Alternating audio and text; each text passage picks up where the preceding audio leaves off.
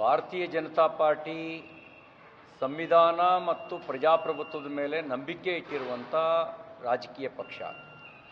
ಫಲಿತಾಂಶ ಏನೇ ಬಂದರೂ ನಾವು ಚುನಾವಣಾ ಆಯೋಗವನ್ನು ದೂರೋದು, EVM ದೂರೋದು, ಜನರೇ ಸರಿ ಇಲ್ಲ ಅಂತ ಹೇಳೋದು, ಈ ರೀತಿ ಕೆಲಸವನ್ನು ಇವತ್ತಿನವರೆಗೂ ನಾವು ಮಾಡಿಲ್ಲ.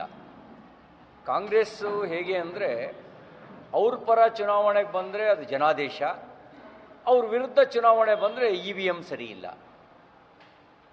ಜನರೇ ಸರಿ ಇಲ್ಲ. ಇದು ಕಾಂಗ್ರೆಸ್ ಮನಸ್ಥಿತಿ. ನಮಗೆ ಜಮ್ಮು ಕಾಶ್ಮೀರದಲ್ಲಿ ಪ್ರಜಾಪ್ರಭುತ್ವ ಗೆದ್ದಿದೆ, ಭಾರತದ ಸಂವಿಧಾನಕ್ಕೆ ಬಲ ಬಂದಿದೆ, ದೊಡ್ಡ ಪ್ರಮಾಣದಲ್ಲಿ ಜನರ ಸಹಭಾಗಿತ್ವ ಚುನಾವಣೆಯಲ್ಲಿ ವ್ಯಕ್ತ ಆಯಿತು. 68% ಮತ ಚಲಾಯಿಸಿದರು. ಅದು ಭಾರತದ ಗೆಲುವು. ಯಾಕೆಂದರೆ ಕಾಂಗ್ರೆಸ್ನ ತಪ್ಪು ನೀತಿಯಿಂದಾಗಿ 48ರಿಂದ ವಿಶ್ವಸಂಸ್ಥೆಯಲ್ಲಿ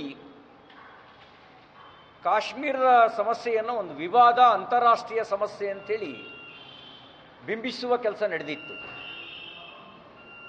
ಜನ ಭಾರತದ ಜೊತೆಗಿಲ್ಲ ಅಂತ ತೋರಿಸುವ ಪ್ರಯತ್ನ ನಿರಂತರವಾಗಿ ನಡೆದಿತ್ತು.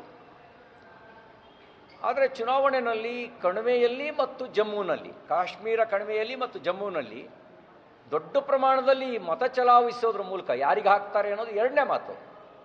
ದೊಡ್ಡ ಪ್ರಮಾಣದಲ್ಲಿ ಮತ ಚಲಾಯಿಸೋದ್ರ ಮೂಲಕ ನಾವು ಭಾರತದ ಜೊತೆಗೆ, ಭಾರತೀಯತೆಯ ಜೊತೆಗೆ, ಸಂವಿಧಾನದ ಜೊತೆಗೆ, ಪ್ರಜಾಪ್ರಭುತ್ವದ ಜೊತೆಗೆ ಅನ್ನೋದನ್ನು ತೋರಿಸುವ ಕೆಲಸವನ್ನು ಮಾಡಿದ್ದಾರೆ.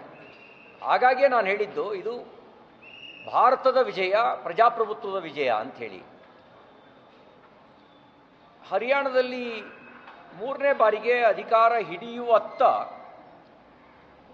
ಭಾರತೀಯ ಜನತಾ ಪಾರ್ಟಿ ಮುನ್ನಡೆಯನ್ನು ಸಾಧಿಸ್ತಾ ಇರ್ತಕ್ಕಂಥದ್ದು. ಚುನಾವಣಾ ಪೂರ್ವದ ಬೇರೆ ಬೇರೆ ಸಮೀಕ್ಷೆಗಳನ್ನು ಸುಳ್ಳು ಮಾಡಿರ್ತಕ್ಕಂಥದ್ದು. ಆರಂಭಿಕ ಮುನ್ನಡೆ ನಮಗೆ ಸಿಕ್ಕಿದೆ. ನೋಡೋಣ, ಇದು ಆರಂಭಿಕ ಮುನ್ನಡೆ ಮಾತ್ರ. ಆರಂಭಿಕ ಮುನ್ನಡೆಯೇ ಅಂತಿಮ ಅಂತ ನಾನು ಭಾವಿಸೋದಿಲ್ಲ. ಆದರೆ ನಮಗೆ ವಿಶ್ವಾಸ ಇದೆ. ಯಾಕೆಂದರೆ ನಮ್ಮ ಸರ್ಕಾರ ಜನವಿರೋಧಿಯಾಗಿ ಕೆಲಸ ಮಾಡಿರಲಿಲ್ಲ. ನಮ್ಮ ಪಕ್ಷ ಮತ್ತು ನಮ್ಮ ಸರ್ಕಾರದ ವಿರುದ್ಧ ಅಪಪ್ರಚಾರ ನಡೀತು. ಆದರೆ ನಮ್ಮ ಪಕ್ಷವಾಗಲಿ ನಮ್ಮ ಸರ್ಕಾರ ಆಗಲಿ ಕರ್ನಾಟಕದ ರೀತಿಯಲ್ಲಿ ಹಗರಣಗಳಲ್ಲೇ ಮುಳುಗೆದ್ದಿಲ್ಲ. ಕರ್ನಾಟಕದಲ್ಲಿ ಕಾಂಗ್ರೆಸ್ಸು ಹಗರಣಗಳಲ್ಲೇ ಮುಳುಗೆದ್ದಿದೆ. ಆ ರೀತಿ ಹಗರಣಗಳಲ್ಲೇ ಮುಳುಗೇಳುವ ಕೆಲಸವನ್ನು ನಮ್ಮ ಅಲ್ಲಿ ಭಾರತೀಯ ಜನತಾ ಪಾರ್ಟಿ ಏನು ಮಾಡಿಲ್ಲ. ಹಾಗಾಗಿ ನಮ್ಗೆ ವಿಶ್ವಾಸ ಇದೆ. ಆರಂಭಿಕ ಮುನ್ನಡೆ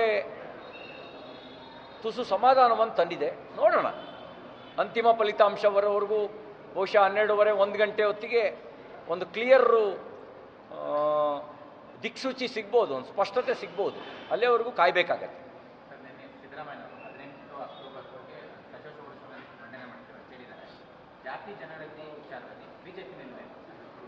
ಬಿಜೆಪಿ ನಿಲುವನ್ನು ನಮ್ಮ ರಾಜ್ಯಾಧ್ಯಕ್ಷರು ಸ್ಪಷ್ಟಪಡಿಸಿದ್ದಾರೆ. ಜಾತಿ ಸಮೀಕ್ಷೆ, ಜನಗಣತಿ ಸಾಮಾಜಿಕ ನ್ಯಾಯ ದೃಷ್ಟಿಯಿಂದ ಆಗಬೇಕು. ಆರ್ಥಿಕವಾಗಿ, ರಾಜಕೀಯವಾಗಿ, ಶೈಕ್ಷಣಿಕವಾಗಿ ದುರ್ಬಲರಾಗಿರೋರಿಗೆ ನ್ಯಾಯ ಕೊಡೋ ದೃಷ್ಟಿಯಿಂದ ಆಗಬೇಕು. ಸಮಾಜ ಒಡೆಯೋ ದೃಷ್ಟಿಯಿಂದ ಆಗಬಾರ್ದು. ಭಾರತೀಯ ಜನತಾ ಪಾರ್ಟಿ ನ್ಯಾಯ ಕೊಡೋ ದೃಷ್ಟಿಯಿಂದ ಮೀಸಲಾತಿಯನ್ನು, ನ್ಯಾಯ ಕೊಡೋ ದೃಷ್ಟಿಯಿಂದ ಜಾತಿ ಗಣತಿಯನ್ನು ಸಮರ್ಥಿಸ್ತಾ ಬಂದಿದೆ. ಆದರೆ ಕಾಂಗ್ರೆಸ್ಸು ಡಿವೈಡ್ ಅಂಡ್ ರೂಲ್ ಪಾಲಿಸಿಯಲ್ಲಿ ನಂಬಿಕೆ ಇಟ್ಟಿರುವಂಥ ಪಾರ್ಟಿ. ಬ್ರಿಟಿಷರಿಂದ ಅವರಿಗೆ ಅಧಿಕಾರ ಹಸ್ತಾಂತರ ಆಯಿತು ಕಾಂಗ್ರೆಸ್ಸಿಗೆ. ವಿಭಜಿಸಿ ದೇಶ ವಿಭಜಿಸೋದ್ರ ಮೂಲಕನೇ ಇವರಿಗೆ ಅಧಿಕಾರ ಹಸ್ತಾಂತರ ಆಯಿತು. ಆ ವಿಭಜಿಸಿ ಆಳುವ ತಂತ್ರ ಮತ್ತು ಕುತಂತ್ರದ ಮೇಲೆ ಕಾಂಗ್ರೆಸ್ ನಂಬಿಕೆ ಇಟ್ಟಿದೆ. ಹಾಗಾಗಿ ಜನ ಅವ್ರನ್ನ ಅಪನಂಬಿಕೆಯಿಂದ ನೋಡ್ತಾರೆ. ಯಾಕೆ ಕಾಂಗ್ರೆಸ್ಸಿಗರು ಮತ್ತು ಕಾಂಗ್ರೆಸ್ಸನ್ನು ಯಾಕೆ ಅಪನಂಬಿಕೆಯಿಂದ ನೋಡ್ತಾರೆ ಅಂತ ಹೇಳಿದ್ರೆ, ಅವರ ಉದ್ದೇಶ ಒಳ್ಳೆಯದಿಲ್ಲ. ಕಾಂಗ್ರೆಸ್ಸಿಗರ ಉದ್ದೇಶ ಒಳ್ಳೆಯದಿಲ್ಲ. ಅವ್ರ ಉದ್ದೇಶ ಸಮಾಜ ಒಡೆಯೋದು, ಅವ್ರ ಉದ್ದೇಶ ಡಿವೈಡ್ ಅಂಡ್ ರೂಲ್. ಹಾಗಾಗಿ ಅವ್ರನ್ನ ಅನುಮಾನದಿಂದ ನೋಡೋದು. ನಮ್ಮ ಭಾಳ ಸ್ಪಷ್ಟ ಇದೆ. ಸಾಮಾಜಿಕ ನ್ಯಾಯ ಕೊಡೋ ದೃಷ್ಟಿಯಿಂದ ಸದುದ್ದೇಶದ ಹಿನ್ನೆಲೆಯಲ್ಲಿ ನಾವು ಜಾತಿ ಗಣತಿಯನ್ನು ಸ್ವಾಗತಿಸ್ತೇವೆ. ನ್ಯೂಸ್ ಫಸ್ಟ್ ನಿರ್ಭೀತಿಯಿಂದ ನಿಮ್ಮ ಪರವಾಗಿ.